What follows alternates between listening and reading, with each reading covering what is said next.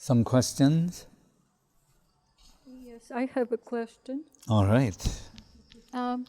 Not a blade of grass moves without Krishna's consent. Is our capacity to surrender also granted to us in a similar way as by Krishna's will solely? The last line. By Krishna's will solely.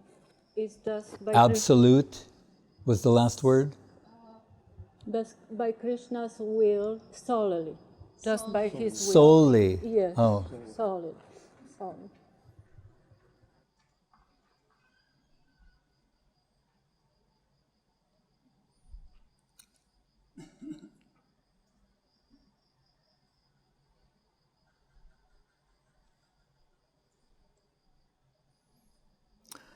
Once, in addressing the issue of free will, whether or not it can be said that individual jiva souls truly possess free will, as you say, factor in these things, that not a blade of grass moves without the will of God, and things like that. Thinking, then, and Krishna, he's omniscient, so he must know everything. Then he must know what you're going to do, know when you're going to surrender or not. So how do you really have free will?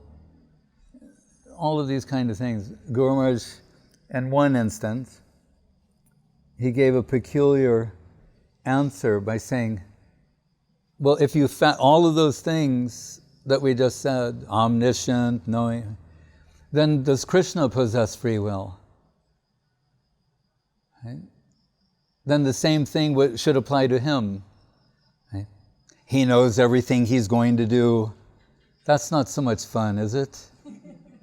Right?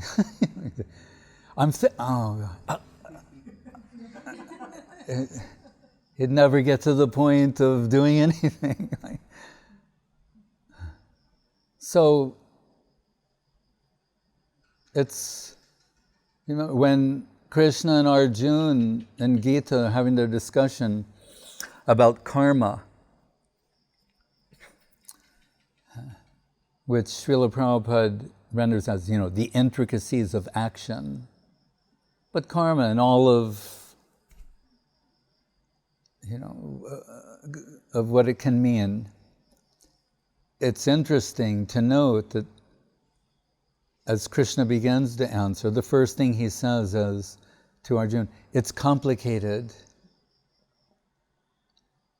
Individual karma in different stages of development, seed, sprout, blossom, fruit, collective karma, and being an individual with free will. So while in the throes of karmic reaction, making choices, decisions that will, as ye sow, so shall ye reap in the future. For every action, there's an equal and opposite reaction. So in the midst of that,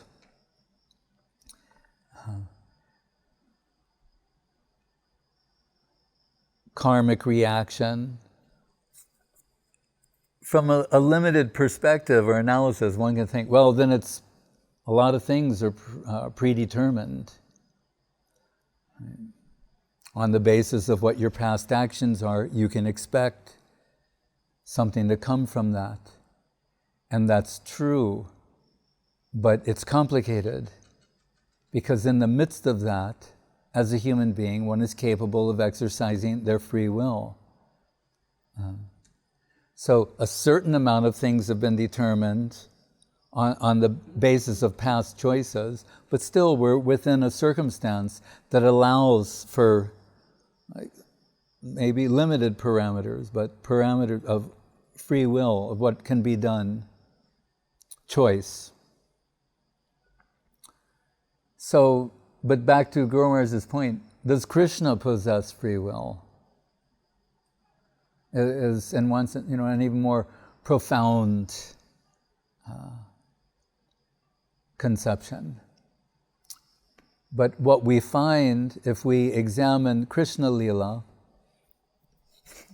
is the necessity of Yogamaya. Right? We're most familiar with Mahamaya. Right? That sort of illusion, deluded by the mundane. But for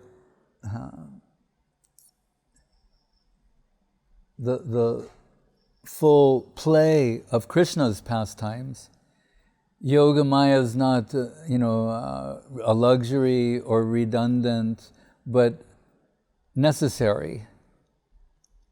As we find the beginning of Charitamritam, when Krishna is revealing candidly, saying, when I descend with the Braja Gopis, by the grace of Yogamaya, they will forget that I'm omnipotent, omniscient, that I'm the supreme absolute truth, and we'll have loving exchange.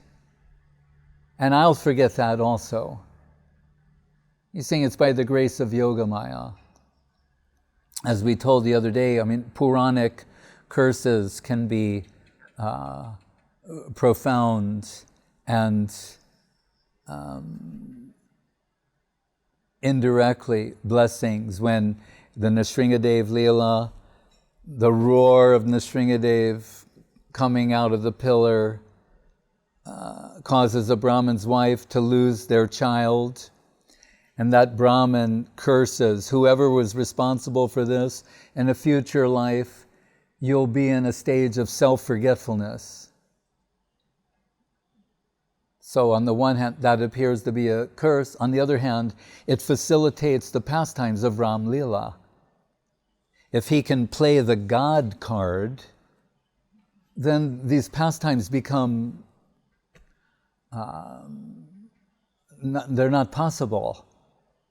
What is the necessity if he plays the God card to, assemble an army of monkeys and bears and seek to rescue Sita?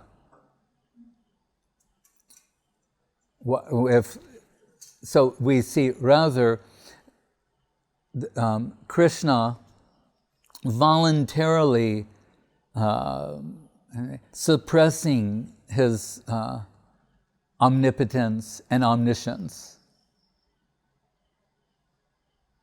As when Yudhisthira and Arjuna,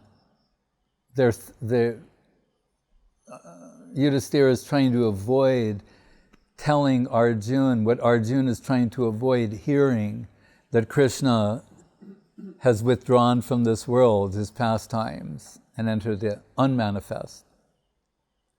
Going on, but not apparent here.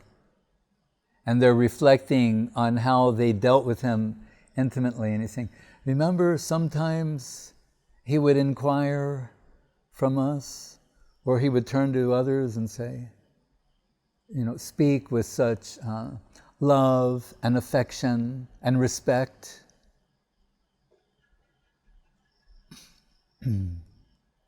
Arjuna says in the Gita, when he sees the Virat Rupa, the universal form, forgive me in the past for addressing you as my friend and being,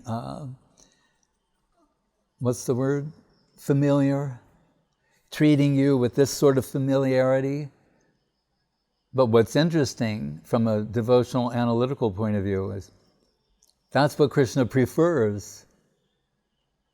He's revealing in the Charitamritam, if someone is too aware of my majestic aspect, and that causes the natural flow of love and affection that their hearts are capable of, it remains concealed. I am disappointed.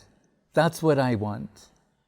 And too much awareness of this majestic aspect is preventing that. That may be a tenable position for them, but it doesn't give me much. Whereas if they treat me as an equal, how much joy that brings to my heart. And as I mentioned recently, for just a comparative analysis, we'll hear in these pastimes, Garuda, Krishna or Vishnu, riding on the shoulders of Garuda. And Garuda is so exalted and so happy. It's so divine and so beautiful an image. You see Garuda and you see the Lord on his shoulders, and he's so noble and exalted, and the pastimes are so charming. But we find out when Krishna is speaking candidly that when the cowherd boys, they've suppressed his majestic aspect and are dealing with him as friends, as equals, when they wrestle and the losing party has to carry the victors on their shoulders. Right. There, Krishna's in the losing party. The infinite comes under the control of the finite. It's the hallmark of devotion. And Krishna's carrying the devotee on his shoulders. And he's saying, now you're talking. That makes me happy. There are these other paths. I'm riding on the shoulders of my devotee. It's wonderful, it's beautiful. But if I can carry a devotee on my shoulders, he's the victor, I'm the loser. You can't imagine what type of joy this brings to my heart. So, like the Bhagawans of this world, because Bhagawan, in a general sense, is it? Aishwarya, Samagrasya, Viryasya, Yashasya, Shriya, Jnana, Vairagya, Yoschapi, Shunambaga, Itigana. Opulence, beauty, wealth, knowledge, renunciation. So the famous people, fame, Yasha, Yashasya, Shriya. The famous people of this world, the wealthy, famous people of this world, often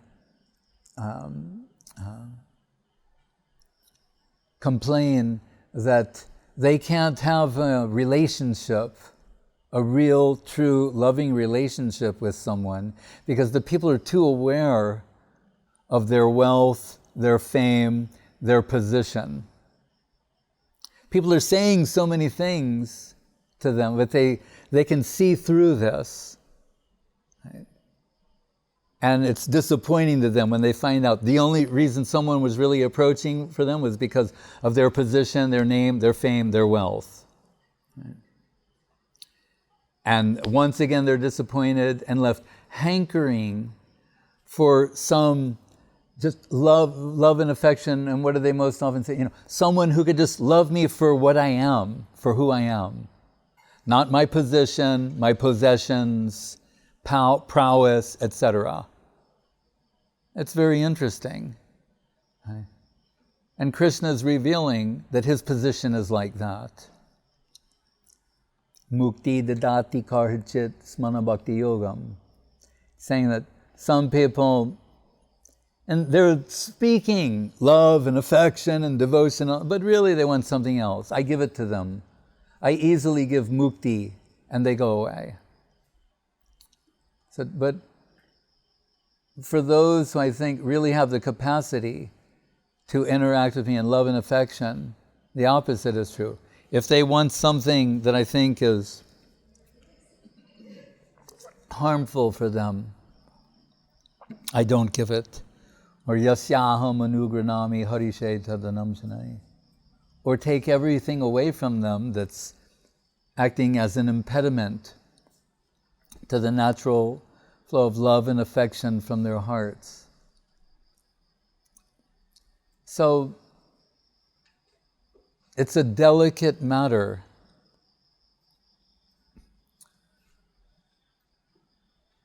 That we choose to deny Krishna the possibility of our love and affection. On the one hand, we could think like, why should it matter to someone who is infinite, absolute, why would being deprived of the love and affection in the heart of one finite being matter? From one point of view, we should say, oh, then it shouldn't matter, really. It should matter for us, but why would it matter for him? Like the first book, Search for Sri Krishna, Reality the Beautiful, later Guru said, but now, loving search for the lost servant. As we're searching for him, he's also searching for us. And you say, why? We're from this, so tiny, right? There's a trillion stars in the universe, or the visible world. A trillion stars, and what are we told? And there's this one planet, the Earth planet, that sustains a conscious elite, and among them, this scenario. Why should it matter? Unless, as we hear from Rupa Goswami, Krishna Bhakti Rasa, love, devotion, is such a value, even a drop of this substance is so powerful and potent, it's capable of bringing the infinite under the control of the finite. So what to speak of those who possess it and great magnitude? We're told, even the love and affection that can be within the heart of a tiny finite soul is such a valuable substance and so irresistible that all attractive Krishna is attracted to that substance that's in the heart of that devotee. And his only objection is being denied its possibility. So, the Paramatma, super soul, overseer, upadrastanumantacha, bhakta bhokta maheshwara, paramatmeti chapayukto dehesmen purusha para. And his Paramatma extension is in a neutral position, non-interfering, right? An observer, an overseer.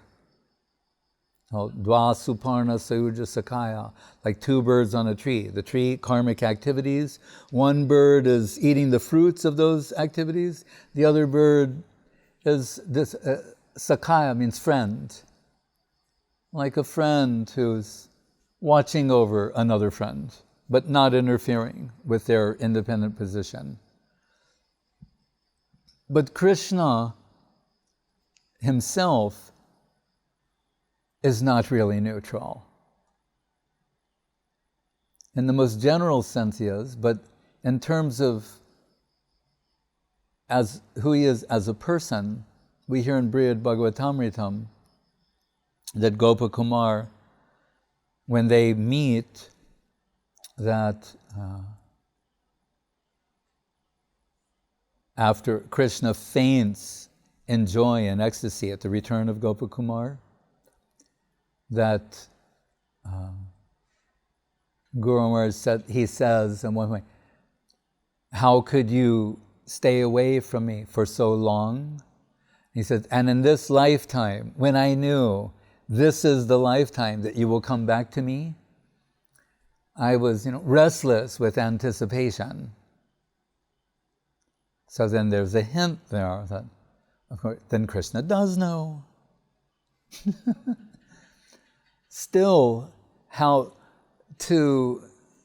we could say, like a loving parent or an affectionate guardian, they know that their ward, their child, has a particular talent, latent ability.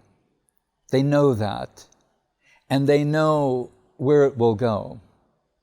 But sometimes the child does things that ignore that, or suppress that, or hamper that, and they're still giving them love and affection and not interfering, not imposing, not pressuring them. Just remaining loving and affectionate, knowing that they have this particular potential and it's really who they are. Sometimes they're even cursing, like the patient who curses the doctor, who's delivering the treatment. that can happen, even that. But still, they're just nourishing love and affection. And when they finally come to that point, the guardian may say, I knew now who you are. I knew this is who you are all along. This is your potential. It was always there. But there was something obstructing that and keeping it suppressed. That's why Guru Maharaj speaks frequently of acquired prejudice and acquired tendency. We're all about self-determination, self-discovery, self-expression. But that self that's worth discovering, determining, expressing, is buried under layers of acquired prejudice and acquired tendency. Like the water, right? Bhaktivinoda Thakur's example in Jaiva Dharma about water. When it's ice, temporarily it can be in the ice stage, and then you can give all sorts of accurate descriptions about its temperature, its solidity, its this, that, but actually that's not its permanent position. It's a temporary position. So,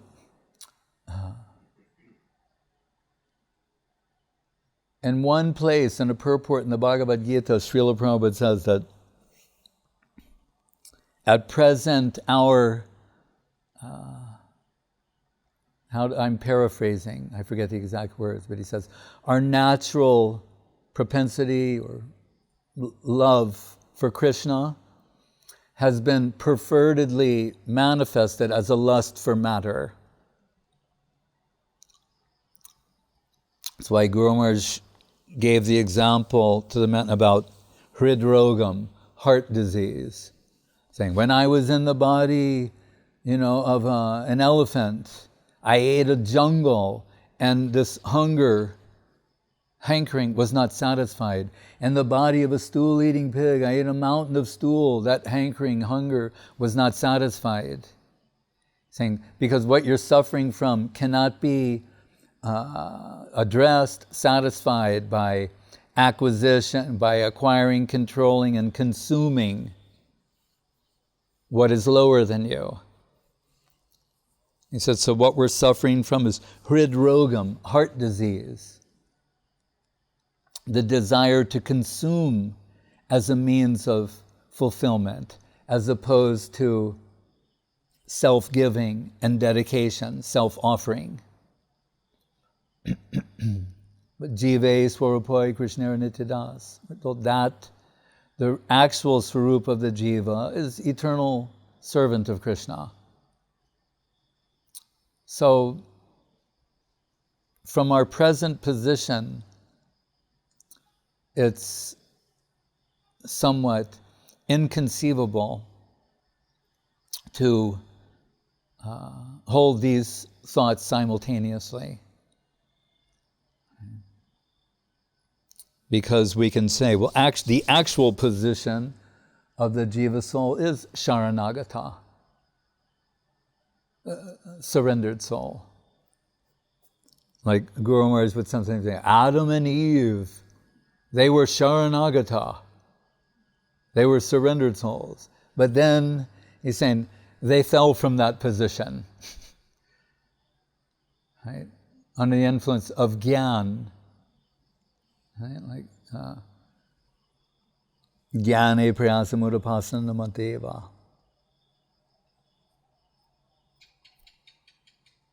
That otherwise they're, like, we hear those examples, sharanagati given. Monkey surrender, cat surrender. Monkey surrender are told, and we've seen in India, you were just there. Then, you see the baby monkeys hold on to the mother and they're carried from one place to another. It's like God helps those who help themselves. Right? They have to hold on. But the cat surrender, the mother with her teeth picks up the kitten and carries it somewhere. Right? There's nothing coming from the kitten. So what's more meaningful to our present position is the monkey's surrender, something from our side. But we can say, for the souls who are totally sharanagata, it's like the cat. Everything is provided for them, the Mahabhagavata. Everything is the divine will of Krishna. There's nothing that's imperfect. Everything is perfect, and everything, not a blade of grass moves without the will of God. They're fine with that. We're sometimes objecting to the movement of the grass. They're, trinadapi, sunichin, it's all fine. So it depends on a perspective. And ironically, or interestingly, the actual sharanagatas, surrendered souls, think themselves anything but. They don't think like that. They see it in others, but not in themselves. And that is an indirect, inverted way of measuring how much actual love and affection they have for Krishna. That leads them to conclude that they're never giving enough. So Srimati Radharani, the supreme devotee, she says, I'm famous in the world for devotion to Krishna, but I'm ashamed to say that it's not true. I've not given myself fully to him. And mysteriously, therein lies the key to the devotional line, progressive line, to go deeper into the negative culture of negativity, humility. We're always hearing from, humanistic sloganeering about being positive and the virtues of positivity. Whereas here we're being told about the virtues of negativity. There's that one famous slogan, was it? Sakala Chariya Bhai Shraddha Devir Gunagai. My dear brother, give up, talk of everything and just sing the glories of Shraddha Devi, the culture of faith that transcends in mind, intellect. We're still, trying to measure the infinite with a finite unit of measurement, using the finite as a reference point. In one sense, it's a ludicrous proposal. We will measure the infinite with all sorts of finite reference points, and most often conclude, that it's not verifiable. Right? Whereas this theistic culture, as I was sharing with Harinanda Prabhu, that flight I had with the Chinese computer scientist on his way to America, teaching postgraduate advanced computer science, one of the leading universities. And I thought, we established a little friendship rapport, can I ask you a question? He said, sure. I said, as a sample, can you say with absolute certainty the original source of all aroma has no olfactory capacity? And he said, well, as you have phrased this question very precisely, can I say that with absolute certainty? No, I cannot. I said, then I don't need to ask you any more questions, because you've opened the door for theistic culture. Because I can rephrase the same question for each sense, for seeing, hearing, tasting, touching, smell, everything. So it begins, the beginning point, according to Guru Maharaj, when the man challenged, if the finite can know the infinite, he's not infinite. Atak Sri Krishna Namadi, Nabhavye Graham Indriye. It's beyond the infinite, is beyond verification of our mind, intelligence, senses. But if the infinite, Guru Maharaj's response, if the infinite cannot make itself known to the finite, he's not infinite. And therein lies the prospect of theistic culture. And that's an exciting prospect and possibility. He can make himself known to me. This is a whole entirely different approach. The other way, we're sitting here manufacturing things like, miles, kilometers, light years. We're trying to figure out some way to measure the infinite. Right? But the infinite, making itself known to the finite, that is so beautiful. If that is his choice, what can obstruct that? Not even our tiny capacity, limited intelligence, mind, etc. So sometimes Prabhupada would remind us, like, even a child can appreciate this. It shouldn't be only, they'll do a sociological study. When I joined, still Sanjuta was doing sociological studies of new religious movements in America, a professor from Berkeley. So the first week I was there, we're filling out these forms. And then they're trying to conclude, so many of people in these new religious movements are Catholics, Jewish, Protestant, or from this denomination. They had this type of experience with psychedelics or not, or that. And they're trying to create a profile of who would have a tendency to find these things appealing or interesting. And not saying there's no merit there, but it's not the whole story. The Vedas, the Puranas, they give some other ideas. Charitamritam, Brahmanda, Brahmite, Kona Bhagwan Jeev, Guru Krishna Prasadi Pai, Bhakti Lata Bij. What's their profile analysis? After wandering the length and breadth of the universe and through all these different life forms, a fortunate soul may come in connection with Krishna's agent. It's also a type of profiling, you can say. Bhagavad Gita, accumulating a particular level of sukriti, shraddha, faith can manifest in that person. You're an artist. I mentioned Dali, Salvador Dali. They asked, and we know he's eccentric and unpredictable in everything he did, and particularly in what he would say. Right? So they said to him once, Dali, do you believe in God? And he said, yes, but I have no faith.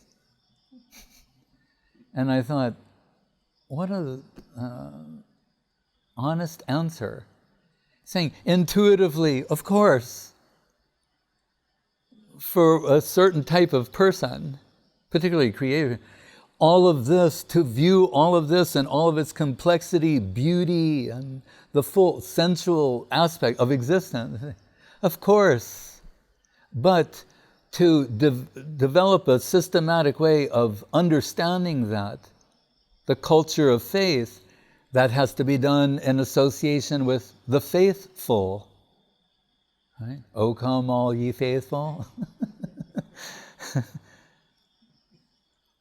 Like for anything, you want to understand anything, you go to the group, the people who are cultivating that type of understanding. That's why there's art school. You may have some latent artistic talent, but you'll find you will thrive under the guidance of other artists. You may even surpass them, that's also possible. But you will definitely benefit by going to art school. Mozart had a piano teacher. Right? He didn't say like, hey, I'm Mozart. Don't let the little kid body fool ya. I'm Mozart. Just believe me. They're saying, I don't care who you are. You got to do this. No, no, no, no, no, no, no, no, no. You'll thank me later.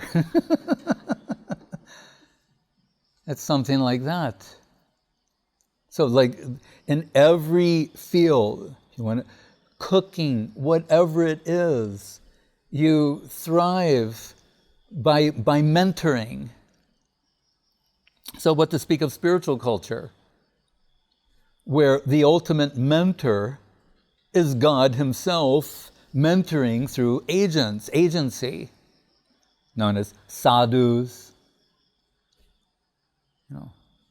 saints. That word, when we think of saint, we think, oh, you mean like in Russia, the icons. I remember when the first time we went to Red Square, and we wanted to go to St. Basil's Cathedral, of course. And at the time, this might interest you. At the time, it said museum. There's a sign out there that said museum. So all the people are going like into the museum. Which sounds like, it doesn't matter if everyone says, we're all atheists.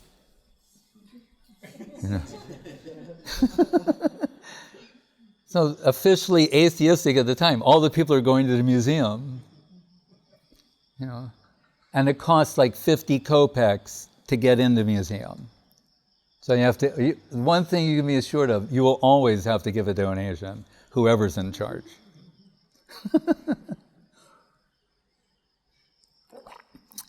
But inside that museum, we saw like saints everywhere. All these little saints. And like, if you don't know anything about it, you can understand the saints occupy a very powerful position. That you'll come away with that. Like, in one sense, more than Jesus. I remember more saints than Jesus.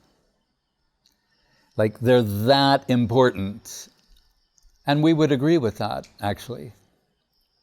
The agent, the agency, that Guru Maharaj said himself, when he first came, he thought, oh, you're being told, you'll have a guru, an intermediary agent, and he said, all right, I'm new here, whatever you're supposed to do, I'm ready to do that. He said, but I was thinking inside, one day my heart's inner hankering for direct connection with Krishna will be satisfied. But they're asking me to follow what everyone says. He said, but in time I began to understand the Vaishnava, the agent, is everything. That's like so hard for us to accept. That how can anything, if you're trying to see and you put something in front of your eyes, it creates opacity. Yes, unless it's a lens. And in the instance of a lens, that which is difficult to see, that is remote, lacking definition, becomes nearer and clearer, precise, palpable. So Guru Maharaj introduced his conception of Shiksha Guru Parampara. Each devotee is like a lens, and then a series of lenses. And when you have that series of lenses, it's not creating opacity, but clarity. And who is the ultimate intervening agent? Srimati Radharani.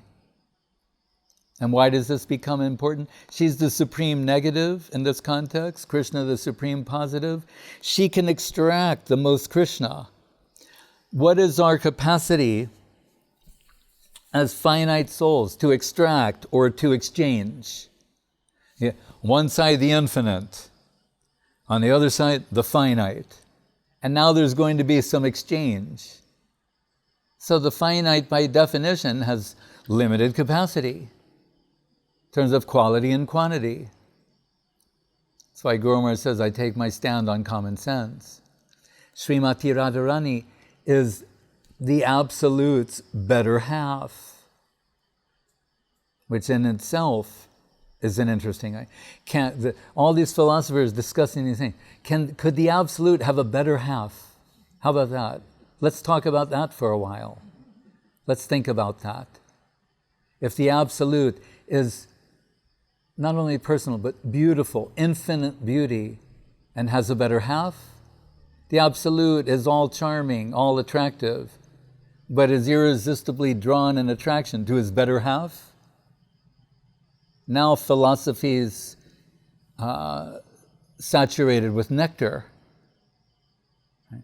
So, and that better half is capable of extracting the highest quality and quantity of Krishna. So her serving group, that's what they're tasting. So Guru Maharaj said, once you've had a taste of that, all other substances become tasteless. So, as Shakespeare would say, there's a method to the madness.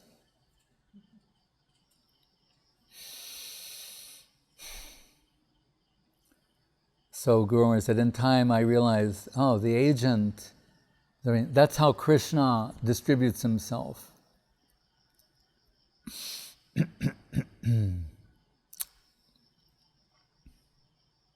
But sharanagati, as we told, surrender. Walking on the beach in Puri, one man said, so is it possible really to connect with divinity? Yes. How?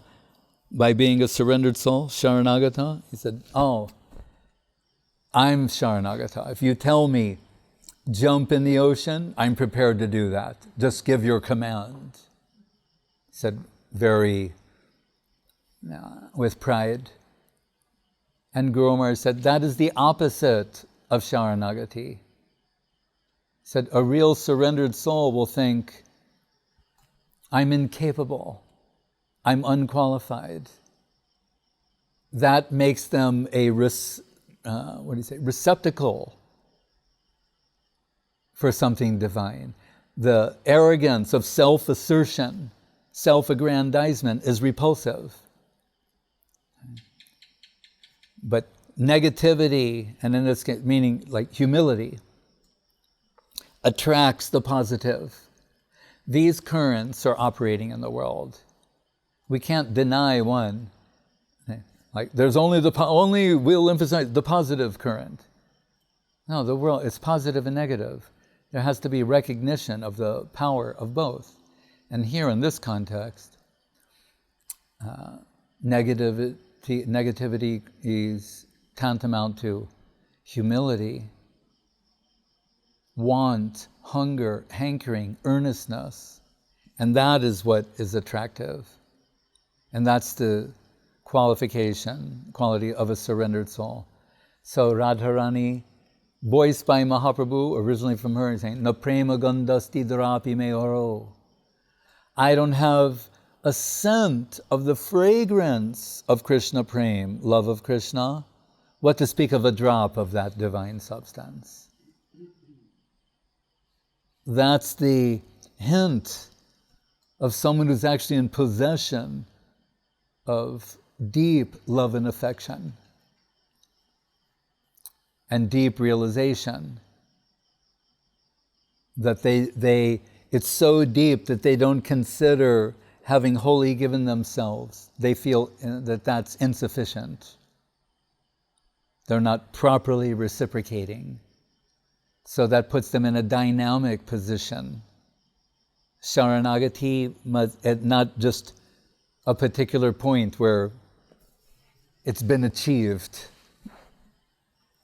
Nothing further. Like for Guru Maharaj, an ocean of ecstasy is not complete unless it's dynamic. And it's growing, developing.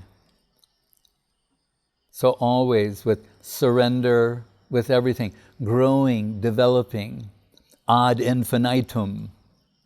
Not a point of achievement in the sense of a static point of achievement. So the enlightened world we seek has a dynamic nature and character to it.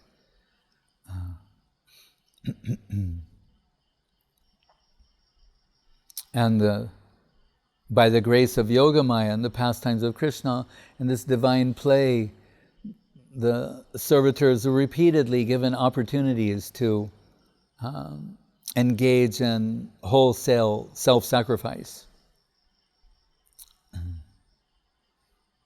which makes the infinite a plaything in their hands.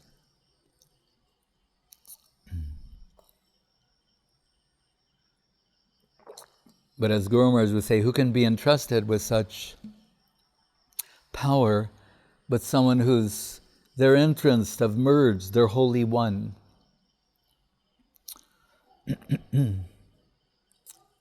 Any other question? Maharaj, we have online question from Jai Govinda Prabhu. All right. He says, you mentioned that sharanagati was the goal and not the means. Hearing that... Where did I say that? It's just here, Maharaj. All right, because I think the other day I said, Guru Maharaj gives an example. He said Saraswati Thakur called this thing about where you do one thing now to get something later. He said post-dated check. Understand post-dated check? Here's $100 payable to you, but not with today's date, but 3 months from now or a year from now. He said, it's not like that. He said, sharanagati is cash in the hand. Right? That's what it is. That's why it works beginning, middle, and end. It's not like, oh, someone comes in connection with Krishna consciousness. And then it's a peculiar thing, because we could say on some level, from the beginning of the connection, people feel something substantial. That's the cash in hand, to the degree that they're surrendered. But again, we're talking about, as I just mentioned, something dynamic. So in that sense, remember, when we speak of future, we're in a world. Only in the world of time and space does that make any sense.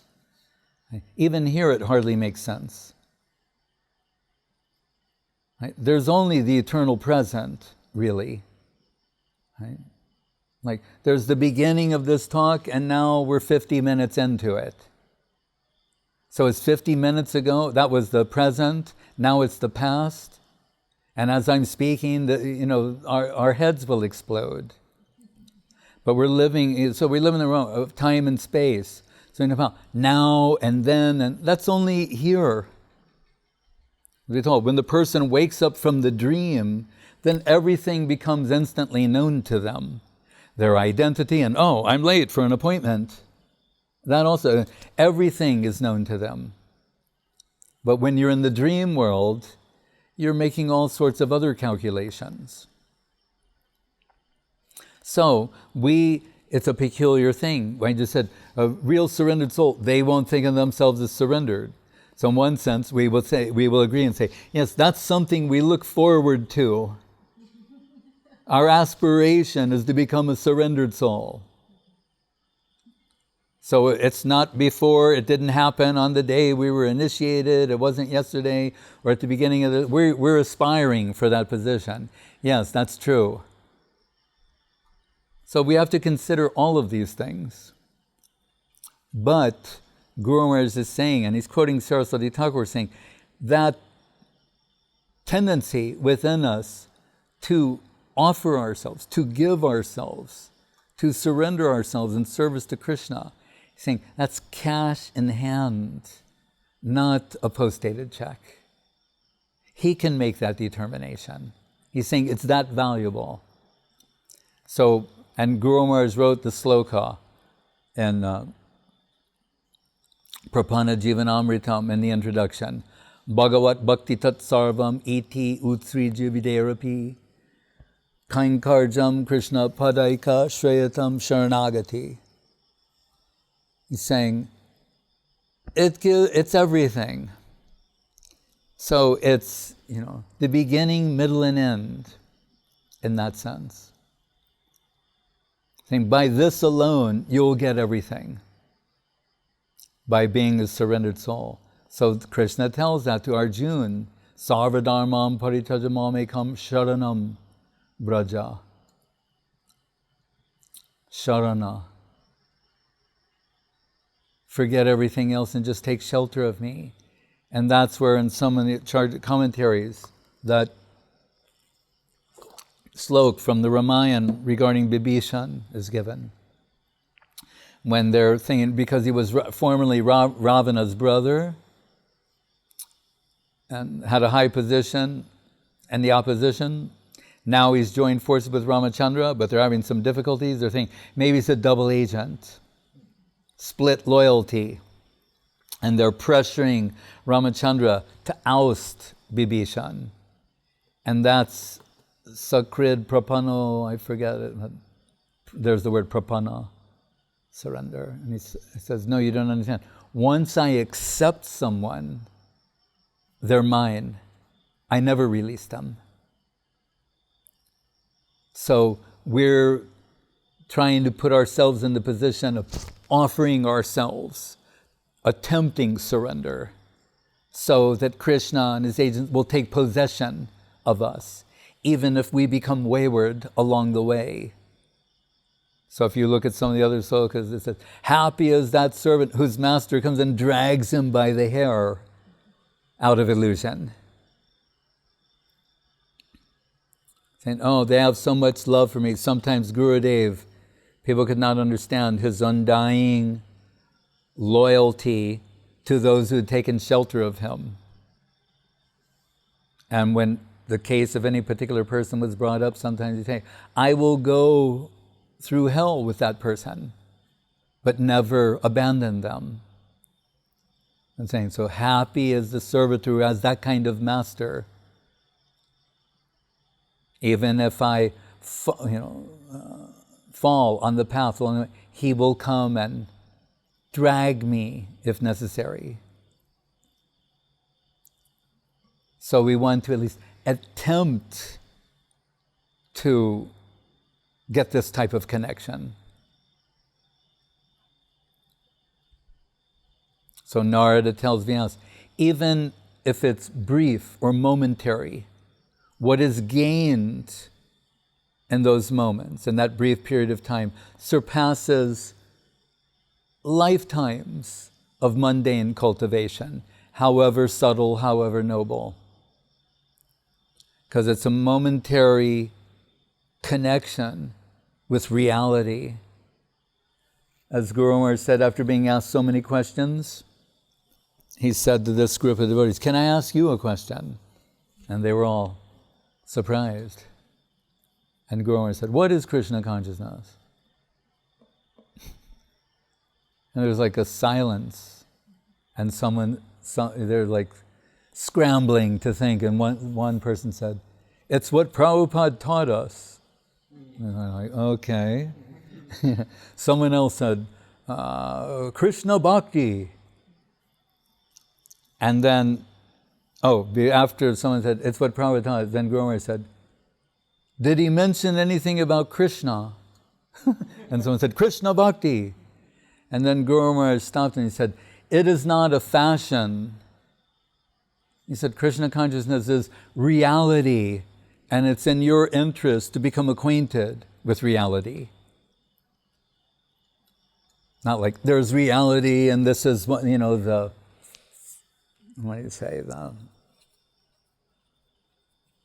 when people have some fancy, something they pursue. When I was on the library party presenting Prabhupada's books to professors, we learned many things about how these academic departments work. So these introductory courses, like, comparative religions, the lowest man on the totem pole in the department would be assigned that, because they all have some specialties or whatever. So we're trying to find out, when we meet with these, how much invested they are in studying these things. So I find out from this one, he's studying some little penguin paperback, preparing for the students that are coming in September to teach them, And I was just kind of, I was concealing my shock. And I think this is the person who's like going to teach them about, Brahma the creator, Vishnu the maintainer, Shiva the destroyer. Is that going to be on the test? Anyway, so I could see this person was not really into it. Was just like, had to do it. And I said, well, what are you interested in? Anyway, perked up, smiling, and he said, folklore of the Pacific Ocean. It was like, with this like being, folklore of the Pacific Ocean. And then I thought later, and I'm not mocking that person, actually, later I thought like, so if you can be happy and that joyful, like studying folklore of the Pacific Ocean, isn't this also like a legitimate pursuit? We'll be faulted for saying, what are you into? Krishna culture. I met my 9th grade English teacher after I was unceremoniously asked not to re-enroll in that school, to put it mildly. I ran into my favorite English teacher in downtown Red Bank, and he asked me,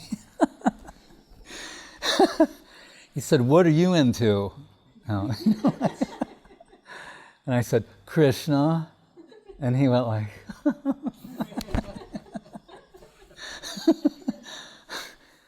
like, yeah, I could expect that.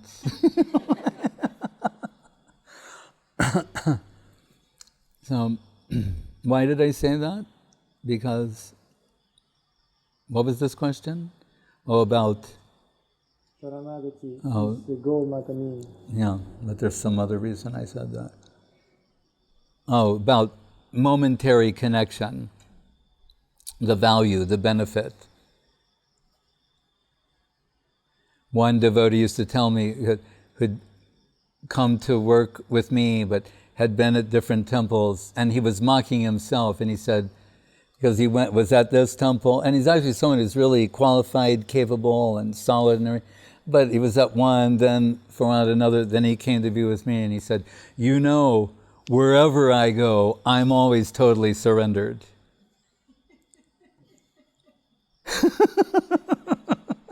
He said, until I have to go. But he actually is a very surrendered soul. But it was just, the wills of Krishna, we can say. But I'm saying it's an interesting paradox. The devotees never think of themselves that way. They think, in comparison to how wonderful, loving, and affectionate is Krishna, what have I given? What have I done to reciprocate that? That's the proper way to think. And that sort of humility attracts Krishna. To those sort of servitors, they're irresistible. He is always with them, always within their hearts, playing happily. Because he's drawn irresistibly to that sort of humility.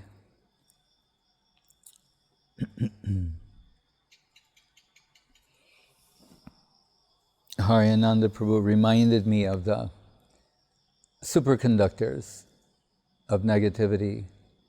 And I was at Malini's flat, right, in Novosibirsk. Was I staying in your room or someone else's room? No, it was already. Oh, okay. But, it's like minus 30, looking out the window. And that's when I thought about it, that the superconductors, when ceramics approach absolute zero, they have zero resistance to current, and they achieve superconductivity. Right? Whereas something like a copper wire, gets hot, there's resistance. I'm not an electrician, but is Jyoti here? Anyway, he could confirm what I'm saying. Hot wire it, right? It means there's resistance to the current, makes heat, sheds heat. Superconductors go towards absolute zero resistance to current. They achieve superconductivity. So it was an example to show people think, oh, negativity is a bad thing. Not in this context. Here, the humility as it approaches absolute zero means there's zero resistance to divine current. That sort of soul, venting that sort of negativity, becomes empowered. Divine current is flowing through them and throughout them, and we're all benefiting from it. So it's a misunderstanding to think that through the process of surrender, someone becomes weak, okay, or powerless. No, they become empowered. Like avesh. What does it mean? Shaktavesh. Filled with this particular type of divine power.